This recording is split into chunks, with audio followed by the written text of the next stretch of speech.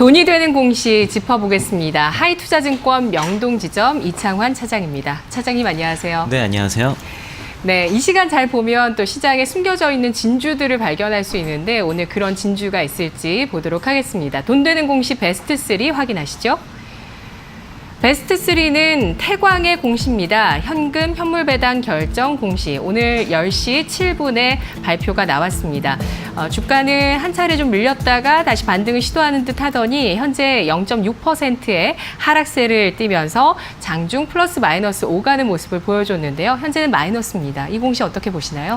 네, 공시는 이제 주당 100원. 그 현금 배당 결정이고요. 그리고 이제 그 공시 내용 그 날 기준으로 해서 한 1% 정도 시가 배당률입니다. 그러니까 10,000원 기준으로 해서 100원이니까 1% 정도고 배당 총액은 25억 8,672만 4,200원. 그러니까 한 26억 약간 안 되고요.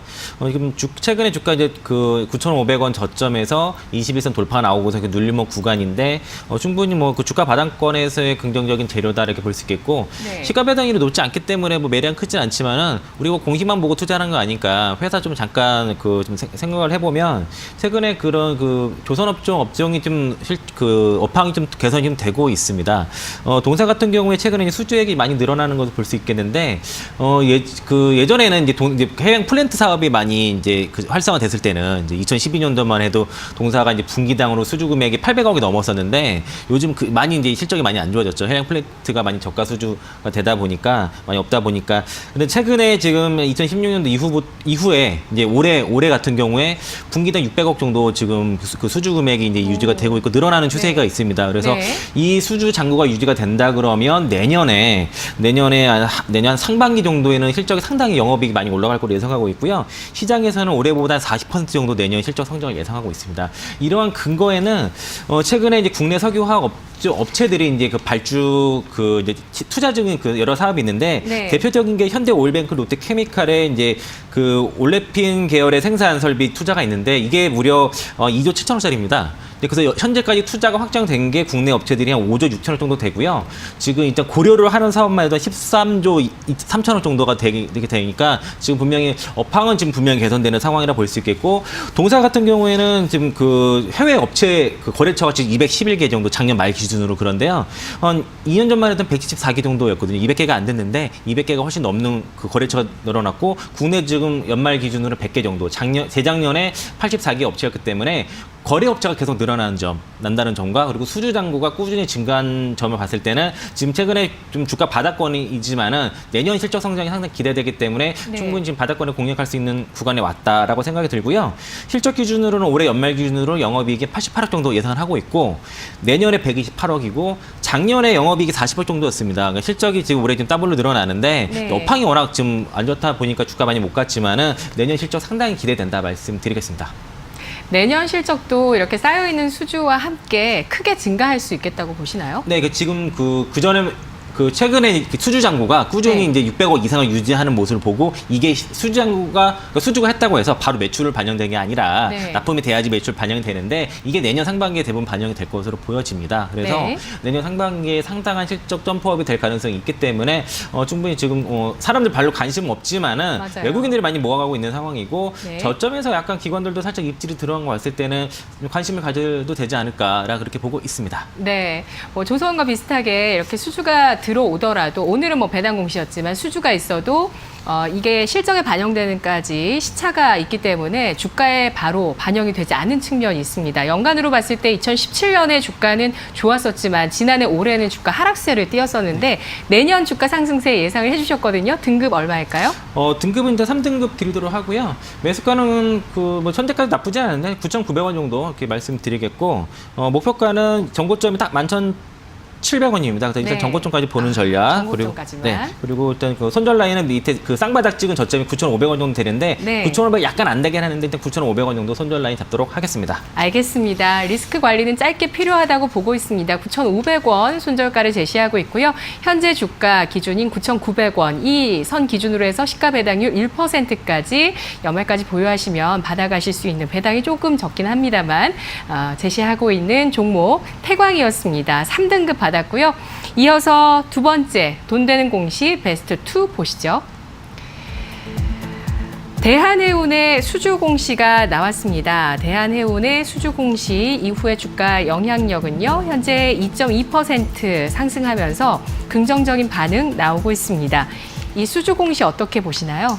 수주 공시 내용은 금액은 이제 3,581억 정도, 아까 앞선 코너에서 좀 언급을 하셨는데, 그 세계 최대 석유사 셀과 이제 LNG 7년 장기 대선 계약입니다. 그래서 계약 그 척수가 2대인데 옵션이 2대가 또 있습니다. 그래서 옵션까지 포함하면 총 4대고요. 일단 그 기본으로 2대이고 계약 기간이 장기입니다. 그래서 올해 2022년 8월 31일부터 2029년 8월 31일인데 만약 계약 상대방이 이제 옵션 기간 연장을 신청할 경우에는 최대 17년까지 계약이 연장될 수 있다라 말씀드리겠고, 그 대한해운으로서는 그 해외 화주와 첫 그 장기 대선 계약이기 때문에 뭐 금액과 상관없이 굉장히 주목되는 상황이다 볼 수 있겠고, 그 회사 입장에서도요, 이게 어쨌든 그 셀이 요구했던 게 그 LNG 선에 대해서 그 뭐 또 안정성을 강화하고 그리고 연료 효율성 높은 이런 그 LNG 선을 요구를 했는데, 특히 또 이제 이산화탄소 배출량도 줄이는 그런 요구를 했는데, 요 배를 이제 최근에 현대중공업에서 이제 친환경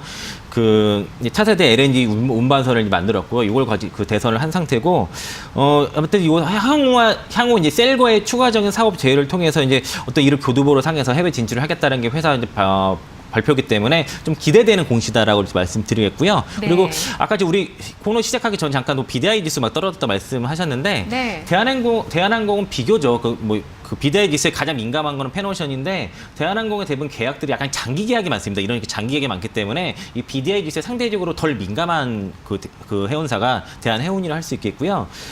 워낙 그 높은 비율의 그 장기 운송 계약이 주로 이루어졌기 때문에 장기 운송 계약을 높은 대한항공에서는 BDI 지수에 이렇게 민감하지 않다라는 말씀드리겠고, 특히 이제 최근에 이제 카타르 쪽에 그 LNG선 대량 발주가 많이 기대되고 있는 상황입니다. 그래서 대한항공 같은 경우에 올해 이제 영업이익이 대략 한 163억이고 내년에 173억, 그래서 크게 늘지는 않지만은 실적이 어느 정도 하방은 좀 잡혀 있다 볼 수 있겠고요.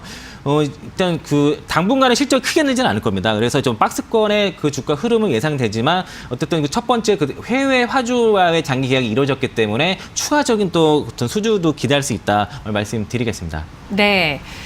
알겠습니다. 자, BDI 지수가 최근 들어서 이제 12월 들어서 좀 급락세를 보여주고 있습니다. IMO 2020 정책 이제 열흘 남아 있는데 실제로 황 함량 규제 시행을 엄격하게 하지 않을 가능성에 대해서 또 시장에서 보고 있는 의견이 있었고요. BDI 지수 급락세가 있었다는 부분들 아까 잠깐 얘기를 좀 나눴었습니다. 그렇다면 대한해운은 몇 등급일까요? 등급은 3등급 드리도록 하고요. 일단 보유자 관점에서 일단 홀딩 의견 드리겠고, 이유는 오늘 주가 좀 떴습니다. 그러니까 여기 21선 요 정도 라인에서 대략 22,000원 정도에서 매수 딱 하기 좋았는데 이틀간 올랐기 때문에 일단 보유자 홀딩 의견 드리겠고, 목표가는 위에 박스권 상단이 24,000원 말씀드리겠고요. 손절가는 요 지금 그 저점이 대략 21,500원 정도 나오거든요. 그래서 여기 저점 손절 라인 잡도록 하겠습니다. 네, 알겠습니다. 대한해운 박스권의 등락을 이어가고 있는 종목입니다. 현재 해외 화주와의 첫 장기 대선 계약 오늘 수주 확인을 했고요. 3등급 받았습니다. 이어서 첫 번째, 오늘 베스트 1에 돈 되는 공시 보시죠. 오늘 베스트 1은 LG유플러스입니다. LG유플러스의 타법인 주식 및 출자 증권 취득 결정 공시가 나왔습니다. 오늘 개장 이후에 10시 구간 앞두고 나왔고요. 현재는 0.7%의 상승을 기록하고 있습니다. 올 한 해 정말 기업들의 M&A가 많았습니다. CJ헬로와 관계된 내용이 나왔죠? 네, 타법인 출시 및 출자 증권 취득 결정 공시인데, 어쨌든 정부기관에서 최종 심사를 발표를 한 것으로 인해서 그것 때문에 이제 확정된 날짜가 나오게 된 겁니다. 규모가 이제 그 CJ 헬로 주식 8천억 규모 취득이고요. 취득 예정 일자가 이제 크리스마스 이브네요. 12월 24일 예정이고, 일단 내년 CJ 헬로 비전을 인수함으로써 지금 내년 실적 기대감이 상당히 이제 있는 상황이라 볼 수 있겠는데, 제가 여기 코너에서 나와서도 통신주 저점이라는 얘기를 계속 여러 번 말씀드린 적이 있습니다. 그래서 11월 달에 계속, 특히 날짜로 봤을 때는 제가 11월 8일부터 계속 목요일부터 그 전날부터 이제 통신주 바닥 친 것 같다 의견을 계속 드려왔었고, 뭐 많이 오르지 않았지만 계속 지금 우상향 중이고요. 통신사사 마찬가지입니다. 근데 LG유플러스가 좀 더 좀 탄력적인 움직임을 보일 수 있겠고요. LG유플러스가 이제 CJ 헬로비전을 인수를 함으로써 이제 유료 방송 시장의 경쟁력을 확보한다라고 볼 수 있겠고, 아마 이게 그 인수하게 되면은 조기 합병 가능성이 있습니다. LG유플러스랑 CJ 헬로비전이 조기 합병을 하게 되면은 일단 CJ 헬로 비전을 그 헬로를 연결로 이제 편입을 함으로써 네. 이제 그 ARPU가 좀 알프 값이 올라갈 수 있다고 볼 수 있겠고요. 실적 규모도 커지고요. 네, 그렇고요. 바로 이제 그 반영되지는 않겠지만은 중장기적으로 입장에서는 굉장히 기대가 된다 볼 수 있겠고, 일단 이렇게 그 알뜰폰 시장 같은 경우도 지금 매각하지 않고 그 펀드 사고 않고 그대로 이제 가져오는 쪽으로 지금 최대한 LG 플러스 쪽에서는 어떤 가장 지금 긍정적인 시나리오로 갈 수 있다 볼 수 있겠고, 만약에 이제 연결로 편입이 되게 되면은 내년도에는 한 영업이익이 8% 정도 증가하는 효과가 있다라고 지금 시장에서 보고 있어서 굉장히 긍정적이다 볼 수 있겠고, 오늘 시세가 이렇게 주가가 많이 오른 건 아니지만 최근 시세가 상당히 강합니다. 이렇게 5일선 타고 쫙 올라가고 오늘도 의미 있게 241선도 장기 이평선도 첫 돌파가 나왔다고 봤을 때는 계속 추세 우상향 가능성이 상당히 높다 말씀드리겠습니다. 네. 알겠습니다. LGU 플러스의 CJ 헬로 인수는 여러 가지 또 의미가 있겠지만 그 가운데서 알뜰폰 업계의 지각 변동이 예상된다는 부분인데요. LGU 플러스 그렇다면 몇 등급 받을 수 있을까요? 네, 2등급 드리도록 하고요. 네. 수급이 약간 꼬여 있어요. 근데 그가 꾸준히 들어온 게 아니라 외국인 기관이 약간 왔다 갔다 하는데 오늘 사실은 매수가 제가 14,000원 좀 생각하고 있었는데 좀 올랐기 때문에 그 매수가만 제가 다시 그 정정을 좀 말씀을 드리겠습니다. 14,000원 안 올 것 같아요. 안 올 것 같아서 여기 그 14,500원 아래 구간에서 그냥 매수 의견을 드리고 하고요. 네. 현재가부터 14,000원 아래 구간에서 좀 매수 의견 드리겠고, 목표가는 일단 전고점 부근에 대한 터치가 분명히 있기 때문에 16,000원, 16,100원이 전고점 라인이기 때문에 16,000원 목표가 일단 잡아보시고, 네. 그리고 손절가는 13,000원 아래 구간인데 아마 여기 잘 안 올 겁니다. 그래서 그냥 손절가 없다고 보시면 될 텐데, 일단 13,000원은 성경적인 손절가 말씀드리겠고, 16,000원까지는 약간 중장기 투자 말씀드리도록 하겠습니다. 네, 하단 지지력을 확보했다는 차원에서 또 중요하게 네. 등급을 높게 주신 것 같습니다. LGU 플러스 현재 14,500원에 접근 가능하다고 보고 있고요. 목표 주가는 전 고점 수준 16,000원, 손절가 13,000원 제시하고 있습니다. 모두 전 고점 수준의 목표 주가를 주셨어요. 세 가지 종목 잘 봤습니다. 네, 고맙습니다.